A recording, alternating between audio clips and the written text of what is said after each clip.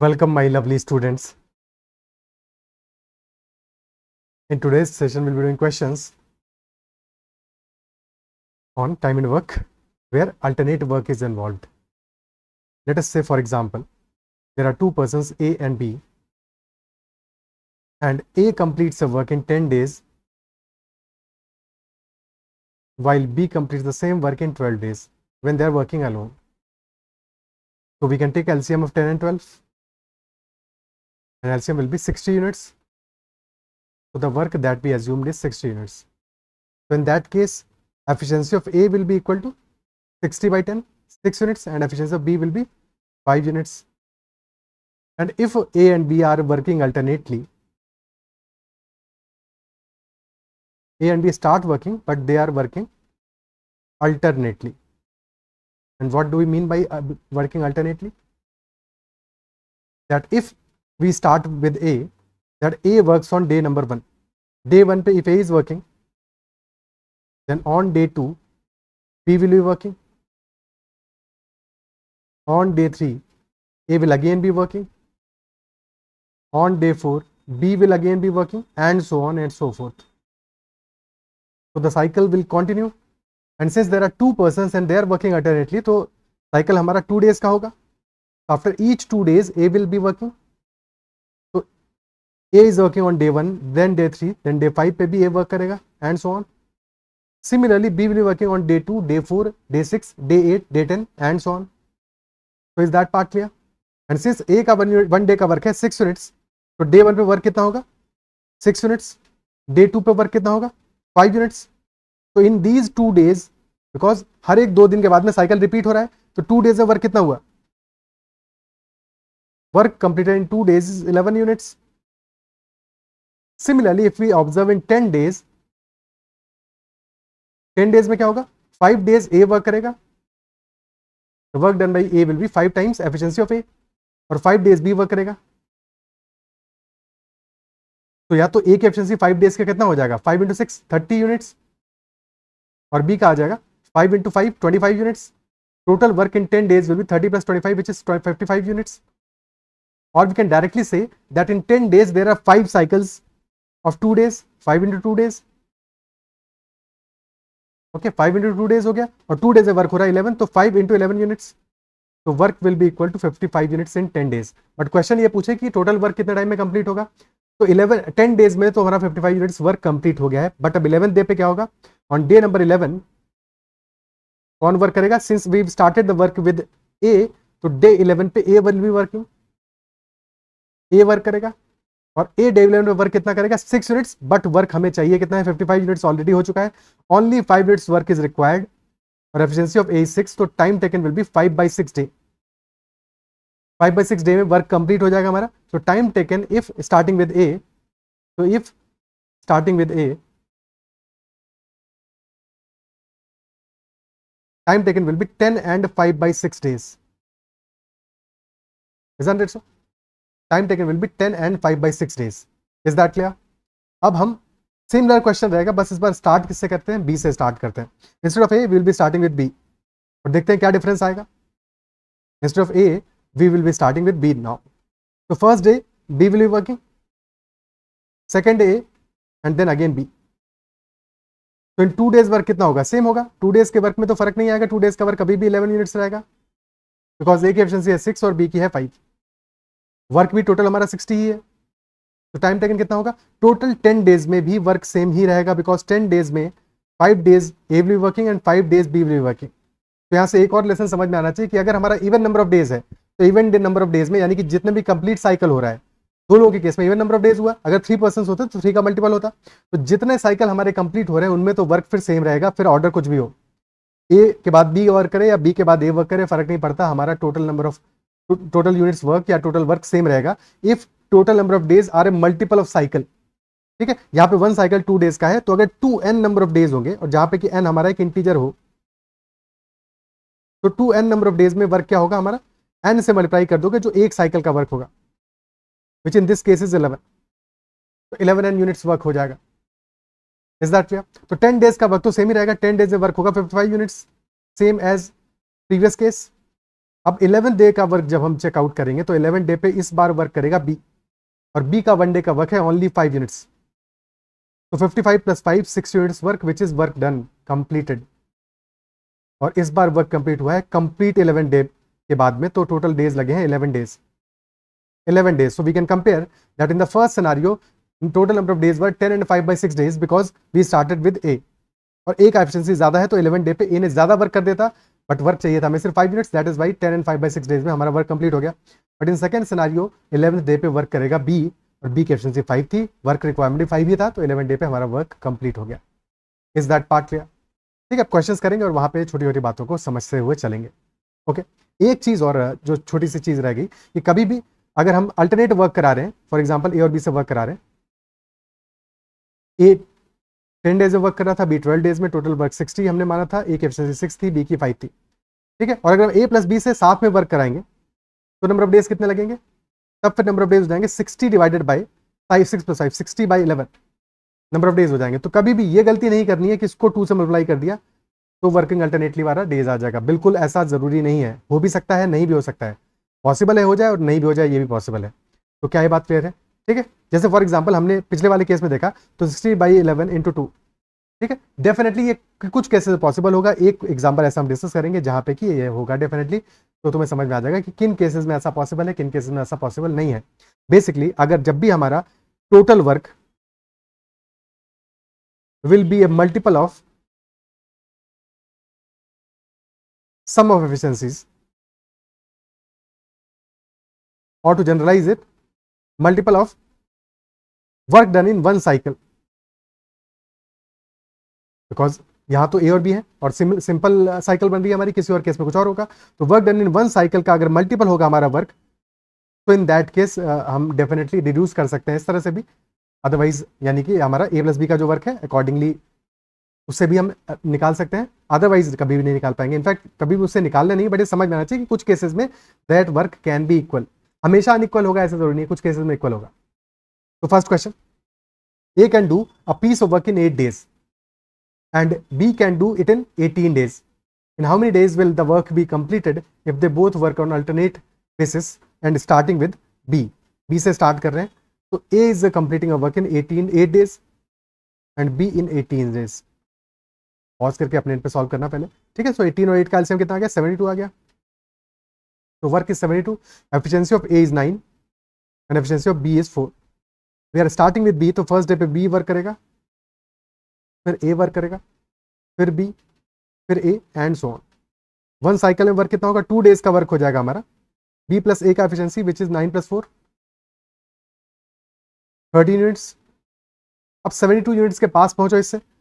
13 में अगर हम 5 से मल्टीप्लाई कर दें तो 65 यूनिट्स हो जाएगा वर्क, विच इंप्लाइज कि 5 साइकिल्स कंप्लीट होने के बाद में, और 5 साइकिल्स 2 days की हैं तो 5 × 2 10 days में work done will be 65 units.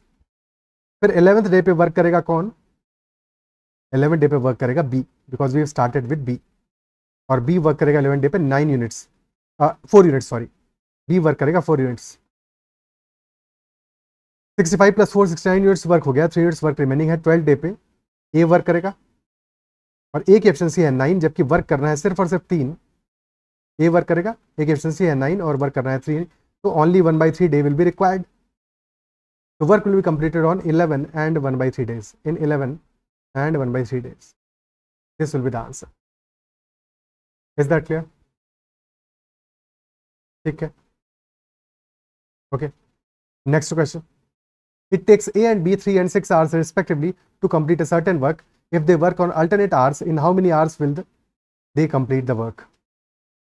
A is completing a work in 3 hours. B is completing the same work in 6 hours. 3 और 6 का एलसीएम तो 6 ही आ जाएगा. The efficiency of A will be 2, efficiency of B will be 1. And they are working alternately. In how many hours will they complete the work? यहाँ पे हमें given ही नहीं है कि ऑर्डर क्या होगा. लेट अस अज्यूम कि पहले A स्टार्ट करे वर्क को, फिर B करे, फिर A करे, फिर B करे. तो A करेगा फर्स्ट आर में, आर नंबर 1 में 2 यूनिट्स वर्क हो जाएगा, आर 2 में 1 यूनिट वर्क हो जाएगा, आवर 3 में 2 यूनिट अगेन, एंड आवर 4 में 1 यूनिट अगेन. टोटल वर्क हमारा हो गया 4 आवर्स में. 4 आवर्स में work completed is 6 units. 4 hours लगे. अगर हम ऑर्डर को चेंज कर दें,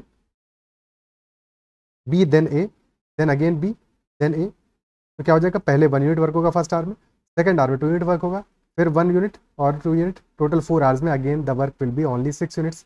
तो work will anyway be completed in 4 hours, order कुछ भी हो।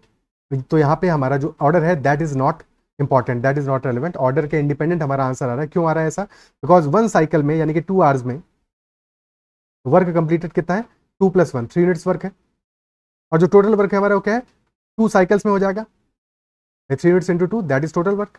टोटल वर्क हमारा क्योंकि 1 साइकिल के वर्क का मल्टीपल है, that is why order is irrelevant. Order कुछ भी हो, आंसर हमारा सेम ही रहने वाला है। क्या बात क्लियर है? तो 4 hours will be the answer irrespective of order. Next question. To do a certain work, A and B work on alternate days, with B beginning the work on the first day.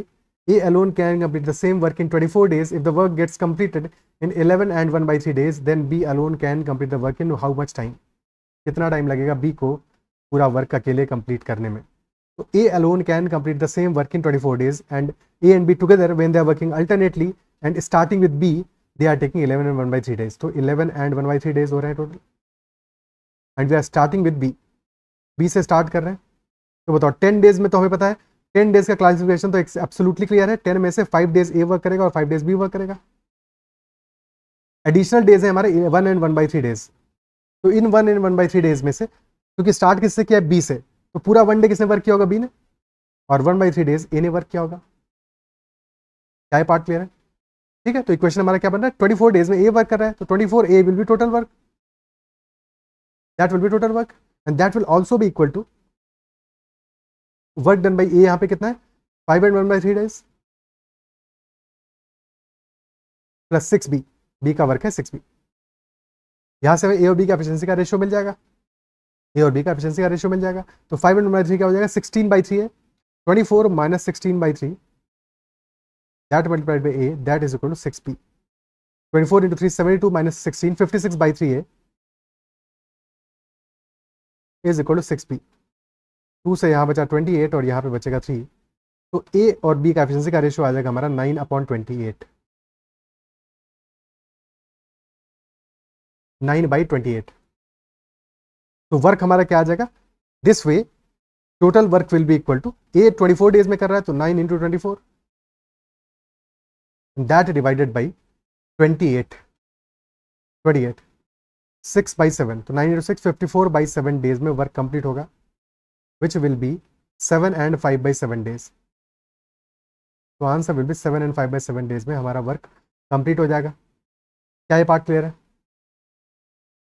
Is this much clear? ठीक है, okay, कोई दिक्कत? आगे बढ़ते हैं।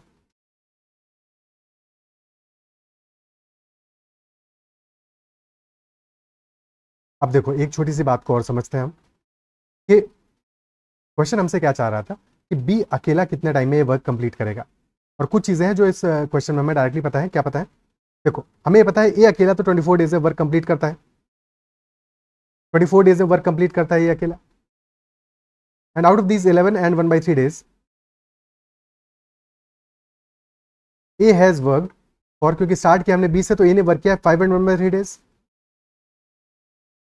और B ने work किया 6 डेज। तो अगर हम सिर्फ ये निकाल लें कि ए ने 5 and 1/3 डेज में कितना वर्क किया होगा, तो क्या हम क्वेश्चन उससे भी सॉल्व नहीं कर सकते? क्योंकि हमें पता है ए 24 डेज में कंप्लीट वर्क करता है, तो 5 and 1/3 डेज में कितना वर्क किया होगा? 5 and 1/3 डेज कितना हुआ? 16/3। 16/3 डेज में कितना वर्क किया होगा? टोटल वर्क करता है 24 डेज में, तो फ्रैक्शन ऑफ वर्क निकला है हमारा 16/3 डिवाइडेड बाई 24। 8 से ये गया 2 टाइम्स, से गया 3 टाइम्स, तो 2/9 वर्क किया होगा। 2/9 work A has done in 5 and 1/3 days, which implies कि बी ने वर्क किया होगा 7/9 यूनिट्स। अगर 7/9 यूनिट वर्क किया है 6 डेज में, तो कंप्लीट वर्क कितने टाइम में किया होगा? 6 into 9/7। तो डायरेक्टली आंसर आ गया हमारा, कुछ भी और करने की जरूरत ही नहीं है यहाँ पे। 6 into 9/7 डेज में वर्क कंप्लीट हो जाएगा। क्या ये पार्ट क्लियर है? Is this clear? ओके, ठीक है, आगे बढ़ते हैं। और यहाँ से भी एफिशिएंसी का रेशियो वैसे तो मिल जाने वाला है, क्योंकि ए 24 डेज में कर रहा है और बी कर रहा है 54/7। रेशियो ले लोगे तो वहाँ से टाइम का रेशियो मिल जाएगा, उसका ऑपोजिट एफिशिएंसी का रेशियो होगा। दो अगर एफिशिएंसी का रेशियो निकालना हो तो फिर वो पहले वाला मेथड ज़्यादा बेटर था। डिपेंड करता है हमें क्या चीज़ पहले निकालनी है, किस तरह से सॉल्व करना है, इसलिए मल्टीपल मेथड पता होने चाहिए तो तो एग्जाम में हमारे पास एक से ज़्यादा तरीके हो किसी क्वेश्चन को सॉल्व करने के, तो ज़्यादा कॉन्फिडेंट रहेंगे। अगर एक तरीके में कहीं पे गड़बड़ भी कर रहे हैं तो फिर we always have another option. ठीक है, next question. To do a certain work A and B work on alternate days with B starting the work on the first day. B first day पे work करेगा, alternate work करेंगे A और B. A can finish the work alone in 16 days while the work got completed in 10 days। अगर ये अकेला work करता तो 16 days में वर्क कंप्लीट कर देता, but work got completed in 10 days। In how many days can be finish the work working alone? That is the question. Again a very easy question. और exactly देखो, एक तो method है जो हमने पहले सीखा लास्ट क्वेश्चन में कि ए कर रहा है 16 days में वर्क कंप्लीट, और वर्क हमारा क्या कंप्लीट हो रहा है 10 days में कंप्लीट हो जा रहा है जब अल्टरनेटली वर्क कर रहे हैं। यहाँ पे तो कोई और इन्फॉर्मेशन गिवन नहीं है हमें, तो अगर 10 days वर्क कर रहे हैं तो 10 में से क्या होगा, 5 days A must be working, 5 days B must be working. ये तो मतलब हुआ, तो हमारा टोटल वर्क हो गया 5A + 5B। That will be equal to 16 days of work of B, 16 days work of A, because we are starting with A can finish the work alone in 16 days। और यहाँ पे actually में पहले दिन कौन work कर रहा है इसलिए मैटर नहीं करता, बिकॉज 10 days का वर्क हो रहा है, तो कंप्लीट साइकिल्स हो रही है हमारी। तो 5A + 5B that is equal to 16 है। यहाँ से हमें वैल्यू मिल गया कि 11A is equal to 5B। तो ए और बी का एफिशिएंसी का रेशियो आ गया हमारा A/B इज इक्वल टू 5/11। अब चाहो तो यहाँ से टोटल वर्क निकाल सकते हो और फिर अकॉर्डिंगली सॉल्व कर लोगे। टोटल वर्क क्या आ जाएगा हमारा, 16 days में ए कंप्लीट करता है तो 16 × 5 that is total work divided by efficiency of 11, that will B answer 80/11। 80/11 isn't it so? But क्या ये लंबा तरीका अगेन नहीं है? एक तो हम प्रीवियस क्वेश्चन जैसा नहीं कर सकते थे। ए 16 days में वर्क फिनिश कर रहा है और 5 days ए वर्क कर रहा है, तो 5 days में कितना वर्क करेगा, 5/16। 5 days में वर्क करेगा 5/16, है कि नहीं? तो 5/16 वर्क तो कंप्लीट कर दिया है ए ने। 11/16 वर्क कंप्लीट किया होगा बी ने इन 5 days। तो 5 days में 11/16 क्या है, तो time taken by B will be 5 × 16/11। That understood? खत्म हो गया सवाल, है कि नहीं? ठीक है, हालांकि टाइम ऑलमोस्ट सेम ही लग रहा है बट समझ में आना चाहिए। ओके, क्लियर है? Next question. A, B and C are working separately and they can do a piece of work in 11, 20 and 55 days respectively. In how many days the work will be completed if A is assisted by B and C on alternate days? Which implies कि first day अगर A work कर रहा है then second day A is assisted by B and C. तो A, B और C second day work कर रहे हैं और third day again A work करेगा and then फिर again A, B, C work करेंगे। तो 2 days का साइकिल में हमारा एक दिन ए वर्क करेगा और एक दिन ABC तीनों वर्क करेंगे। ओके, तो सबसे पहले एफिशिएंसी निकाल लेते हैं। ए 11 days में वर्क कंप्लीट कर रहा है, बी 20 days में कर रहा है और सी कर रहा है 55 days में। एलसीएम क्या आ जाएगा, 11 55 का एलसीएम क्या आ जाएगा, 11 × 5 55 आ जाएगा। और 20 में क्या है, 4 एक्स्ट्रा है, 5 × 4, तो ये हमारा एलसीएम होगा 11 × 5 × 4। ओके, तो ए की एफिशिएंसी आ गई हमारी 5 × 4 20, बी की आ गई 11 और सी की आ गई 4। तो फर्स्ट डे पे वर्क कितना होगा, डे 1 पे A alone will be working and A will be working 20 units. Day 2 पे A B C will be working and they will be total doing work 20 + 11 + 4 that is 35। तो इन 2 days work done is 55 units इन 2 days and total work भी तो 55 का multiple है, 55 × 4। तो कुछ भी और करने की जरूरत नहीं, टोटल 4 साइकिल्स लगेंगे, इंटू 4 कर दोगे 8 days में वर्क कंप्लीट हो जाएगा।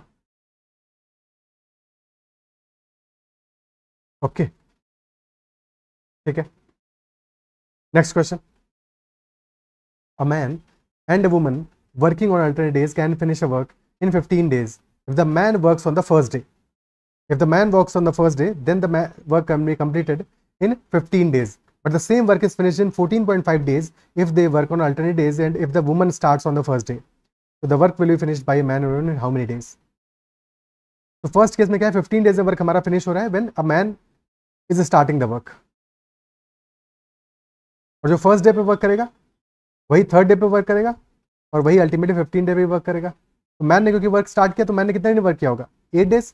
भाई 14 days में से तो 7 days वर्क किया है मैन ने, 7 days वर्क किया वुमन ने। 15th डे पे मैन ने ही वर्क किया है, तो टोटल वर्क क्या हो गया, 8 days work of man + 7 days work of woman. This is our total work in first case. Second case में वर्क फिनिश हो रहा है 14.5 डेज है, तो 14 डेज में क्या है, 7 डेज मैन ने वर्क किया होगा और 7 डेज वुमन ने वर्क किया होगा, बट अब हाफ डे वर्क किया है वुमन ने, बिकॉज वुमन से वर्क स्टार्ट हो रहा है। This is also equal to 7 days work of man plus 7.5 days work of a woman. तो 8 - 7 यानी कि 1 day work of a man that is equal to 0.5 days का वर्क ऑफ अ वुमन, यानी कि woman ज़्यादा फास्ट वर्क कर रही है, तो एफिशिएंसी का रेशियो क्या आ जाएगा, man upon woman will be 0.5/1 which is 1/2। So if efficiency of man is equal to 1 units, that of woman is 2 units. That of a woman is 2 units. Total work क्या आ जाएगा? Total work क्या आ जाएगा यहाँ पे? In this case, total work will be equal to, किसी भी एक केस में निकाल लो, 8 मैन की एफिशिएंसी 1 मान लो, 8 × 1 + 7 × 2, this is our total work. और क्वेश्चन पूछ रहा है कि एक मैन कितना टाइम में फिनिश करेगा, तो since this is the work 8 + 14 22 units, और मैन की एफिशिएंसी है 1, तो डेज लगेंगे 22। Answer will B 22 days. 22 days.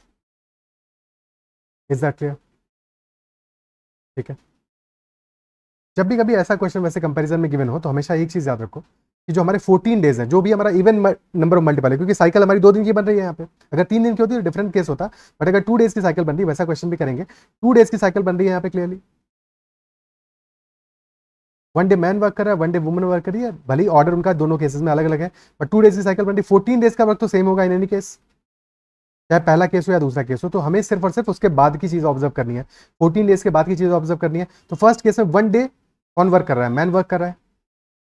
Second case में 0.5 डे कौन वर्क कर रहा है, वुमन वर्क कर रही है, और उसके बाद वर्क कंप्लीट हो जाए, तो क्या ये इंप्लाई नहीं करता है 14 डेज का वर्क अगर सेम है तो ये दोनों वर्क भी सेम होंगे, यानी कि 1 डे का मैन का work is equal to 0.5 day का वुमन का वर्क। तो यहाँ से ही रेशियो आ जाएगा हमारा स्ट्रेट अवे कि मैन अपॉन वुमन का एफिशिएंसी का रेशियो विल बी 1/2।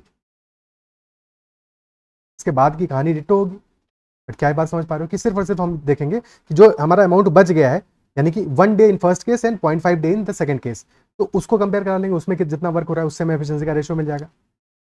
ओके, और अकॉर्डिंगली फिर सॉल्व कर लेंगे, फिर तो कुछ बचता नहीं है ज़्यादा। ओके, ठीक है।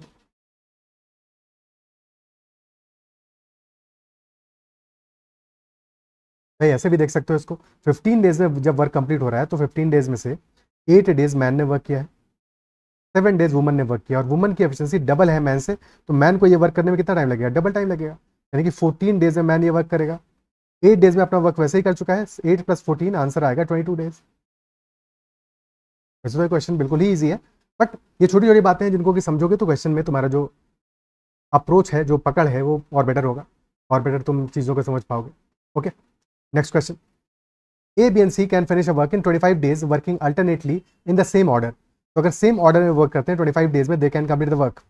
We also know that efficiency of A is twice that of B and efficiency of B is 1/3 that of C. Then how many days will the work be finished if they alternate work alternately in the order? फिर हमें दो order की values given है, सबसे पहले efficiency का ratio निकालते हैं और टोटल वर्क निकालते हैं वहां से। तो एफिशिएंसी ऑफ A, B और C का रेशियो क्या गिवन है,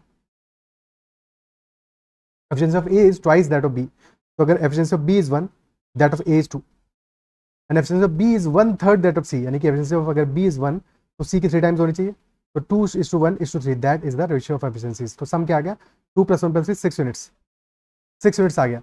एंड एक साइकिल में क्या है, A, B, C, अगर सेम ऑर्डर रहेगा तो कितना करेंगे, 3 डेज में, 3 डेज में work done will be A + B + C का एफिशिएंसी यानी कि 6 यूनिट्स, बट टोटल वर्क हुआ है 25 डेज, और 25 डेज हमारा क्या हुआ, this is 24 + 1,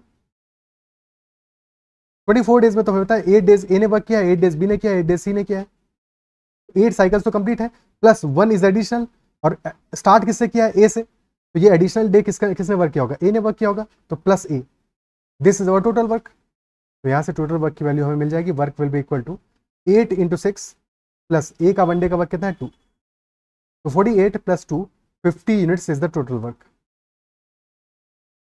50 units is the total work. And in the first case when C and A then B are working, तो सबसे पहले कौन वर्क कर रहा है, C, और एज वी ऑलरेडी अंडरस्टूड, अब हम फिर से एक बार ABCD नहीं सीखेंगे, ऑलरेडी हम समझ चुके हैं कि जो साइकिल्स कंप्लीट हो गई उनमें उतना ही वर्क होना है जितना कि वर्क ऑलरेडी हो चुका है, तो 24 डेज का वर्क में फर्क नहीं पड़ता है, 24 डेज में इन एनी केस हमेशा वर्क कितना होगा, 6 × 8 48 यूनिट्स, फर्क सिर्फ पड़ता है जो वर्क 25th डे पे हुआ फर्स्ट केस में, यानी कि इनिशियली एबीसी का जब ऑर्डर था तो ए ने वर्क किया 25th डे पे 2 यूनिट्स वर्क। तो in this case 25th day पे वर्क कौन करेगा? सी वर्क करेगा, सी वर्क करेगा, और सी का एफिशिएंसी कितना है? 3 यूनिट्स है। तो time taken will be 24 and 2 units work करना है, 3 यूनिट्स एफिशिएंसी है, 24 एंड 2/3 डेज में work will be done and dusted completed. 24 and 2/3 days में work will be completed. Second question में ऑर्डर क्या है? B A C, everything else remain same, 24 days का work हमें पता है उतना ही रहेगा। उसके बाद में फिर बी आता है, बी की एफिशिएंसी कम है, बहुत छोटी सी है, 1 है, वर्क करना है 2, तो बी बेचारा कर नहीं पाएगा कंप्लीट 25th डे पे, डे 25 पे सिर्फ 1 यूनिट वर्क हो पाएगा जो कि बी से, और 1 यूनिट वर्क फिर भी रह जाएगा जो कि अब कंप्लीट करेगा ए। 26 डे पे ए वर्क करेगा और ए की एफिशिएंसी कितनी है? 2, बट वर्क करना है सिर्फ 1, तो हाफ डे लगेगा, हाफ डे लगेगा, हाफ डे लेगा, उसके बाद में छुट्टी पे घर चला जाएगा ए। तो कितना टाइम लगा हमें? 25 and 1/2 days in the second case. क्या ये पार्ट क्लियर है? ठीक है, क्या ये बात क्लियर है? ओके, नेक्स्ट क्वेश्चन देखते हैं। P, Q and R can finish a work in 5 days, 10 days and 15 days respectively working alone. P and Q work on the first day and P and R work on the second day and P and Q work on the third day. ठीक है, यानी P and Q, then P and R, then again P and Q and so on. तो cycle हमारा 2 days का ही है, person 3 है पर cycle 2 days का ही है। How many days the work will be completed? तो कुछ भी क्या ही करना है, बहुत ही ईजी क्वेश्चन है फिर तो। P Q R 5 10 15 30 आ गया LCM. Efficiency of P 6, Q की एफिशिएंसी 3 है और R की है 2। तो फर्स्ट डे वर्क करेंगे P and Q, P plus Q, second day work करेंगे P प्लस R, और P प्लस Q कितना वर्क कर लेंगे फर्स्ट डे में? 6 + 3 9 units, and Q P plus R करेंगे 6 + 2 8 यूनिट्स। तो 17 यूनिट्स वर्क तो 2 डेज में ही कंप्लीट हो गया, और क्योंकि इतना छोटा वर्क हमारा टोटल 30 यूनिट्स ही है तो मैनुअली फिर कर लेते हैं, इसमें कुछ और आ गया, सेकंड साइकिल कंप्लीट ही नहीं हो पाएगा। तो डे नंबर 3 पे कितना वर्क होगा? अगेन 9 यूनिट्स होगा, 17 + 9 26 हो गया वर्क। अब वर्क बचा है सिर्फ और सिर्फ 4 यूनिट्स। तो डे नंबर 4 पे टोटल वर्क होना है 4 यूनिट्स, और एफिशिएंसी कितनी है? P और R की मिला के, P और R वर्क करेंगे डे 4 पे, देयर टोटल एफिशिएंसी 8 यूनिट्स, तो टाइम टेकन विल बी 4/8, तो हाफ डे में ही वर्क कंप्लीट हो जाएगा, यानी कि अगेन 3.5 डेज में इस बार वर्क हमारा कंप्लीट हो जाएगा। Answer will B 3.5 days. Is that clear? ठीक है, आंसर हमारा आ जाएगा 3.5 डेज। क्लियर? इतना ही रखते हैं इस सेशन में। आई बिलीव सेशन में जो भी क्वेश्चन डिस्कस किए वो समझ में आओगे। कहीं पे कोई डाउट रहता है तो make sure to comment about that, and if you like this session then make sure to hit the like button as well, and if you're not already subscribed to the channel then also subscribe to it as well as press the bell icon. That is all for this session. Bye bye, take care and keep learning.